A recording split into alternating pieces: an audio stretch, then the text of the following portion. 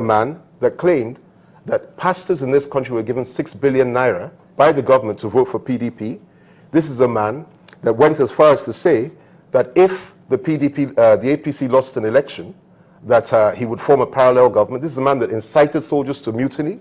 This is a man that told the whole world that as far as he was concerned, he was prepared to do anything to become the presidential candidate of the APC. He betrayed his own people simply because he wanted to become the vice presidential candidate of the APC, and he failed woefully. When I was in the APC and in the darker realms, he found me very credible at the time when I opposed the government. And he commended me on many occasions. Not only that, his presidential candidate offered me a position, a key position in his presidential campaign organization, if and when he won the election, if and when he won the nomination. And I told him, I can never support you, General Buhari.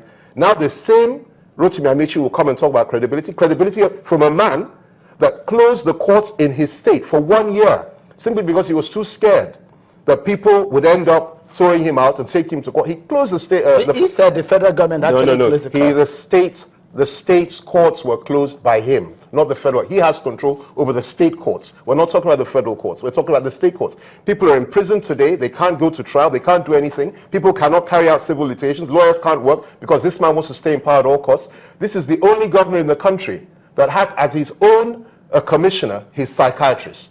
Simply because, I don't know, maybe somehow he manifests during cabinet meetings and he's scared that he may go overboard. So his own psychiatrist, or somebody that used to be a psychiatrist, is his commissioner, and he talks about credibility. Look, listen, the problem he has, and people like him have in the APC, is this, that Femi Fani Kayode is their greatest nightmare. You know why? I know them.